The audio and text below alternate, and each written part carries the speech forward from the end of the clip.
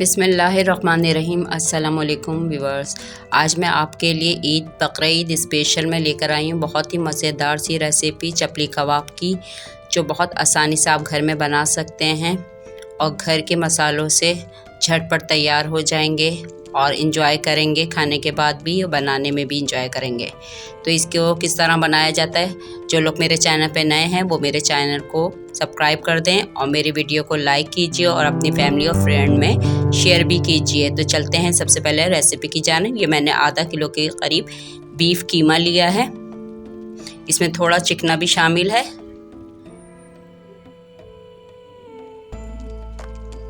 अब इसमें हम सबसे पहले प्याज लेंगे।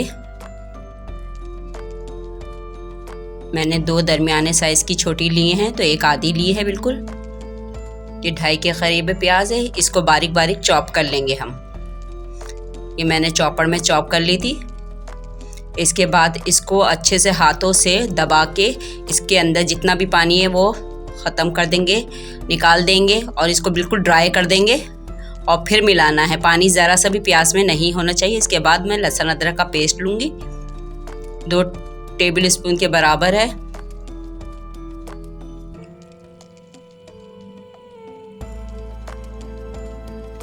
कि मैंने 1 अदद टमाटर लिया था, इसको भी बारीक बारीक चॉप कर लिया था।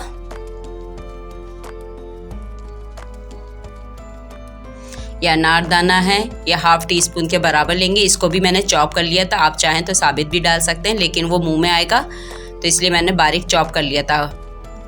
और ये हरी मिर्चें लिए 4 अदद, ये भी बारीक चॉप कर ली थी।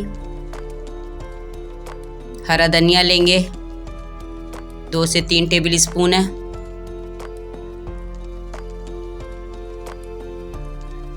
और ये कुटा हुआ धनिया है, पाउडर नहीं लेना, कुटा हुआ धनिया लेना है, हल्का सा कूटना है। ये 2 से 2.5 स्पून के बराबर है, भर के लिया है मैंने। और 1 अदद अंडा है, वो भी हम इसमें शामिल कर देंगे। और थोड़े से हम स्पाइसेस लेंगे।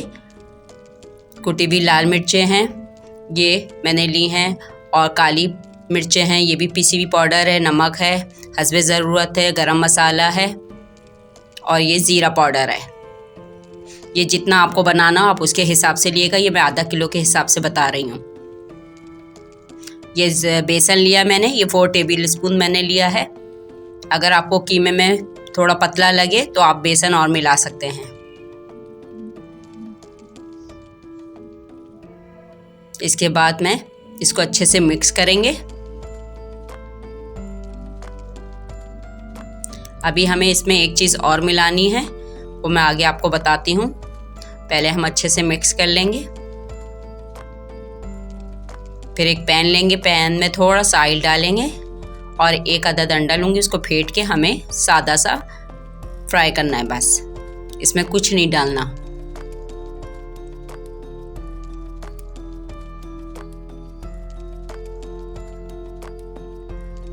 ये हो गया है, बस एक तरफ से पलट के इसको ज़्यादा फ्राई नहीं करना हमें। बस थोड़े छोटे छोटे इसके पीसेस कर लेंगे। तो ये भी हम कीमे में मिला देंगे, इससे बहुत अच्छा टेस्ट आता है।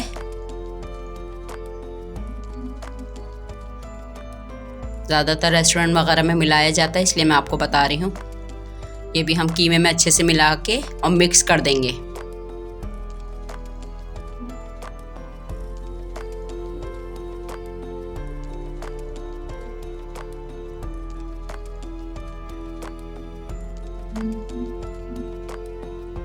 मिक्स करने के बाद कम से कम आधे से 1 घंटा हमें इसको रेस्ट देना होगा, ताकि हमारा कीमा अच्छे से तैयार हो जाए। ये रेस्ट दिया है मैंने।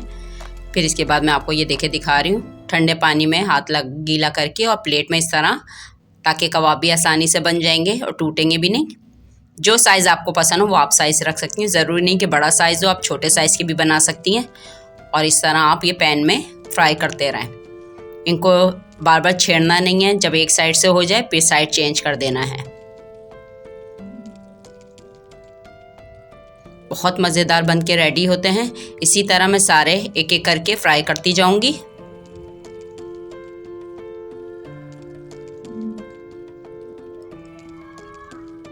ये मैंने एक और डाल दिया है। ये देखें कितने अच्छे और बड़े साइज़ के रेडी हो रहे हैं, देखने में कितने मज़ेदार लग रहे हैं। अब मैं इसका फाइनल लुक दिखाती हूँ। मैंने सारे फ्राई कर लिए हैं। ये देखें, इसके साथ मैंने हरी मिर्चें भी फ्राई करी हैं और रायता है। आप चाहें तो चटनी इमली की हरी चटनी है उसके साथ भी मज़े से एंजॉय कर सकते हैं। तो ये बकरीद पे ज़रूर बनाइएगा और बनाने के बाद मुझे मैसेज पे ज़रूर बताइएगा कि आपको मेरी ये रेसिपी कैसी लगी। तो आज की रेसिपी बस इतनी थी। मिलती हूँ नेक्स्ट वीडियो में नेक्स्ट मज़ेदार रेसिपी के साथ। जब तक मुझे दुआ में याद रखिएगा। अल्लाह हाफिज़।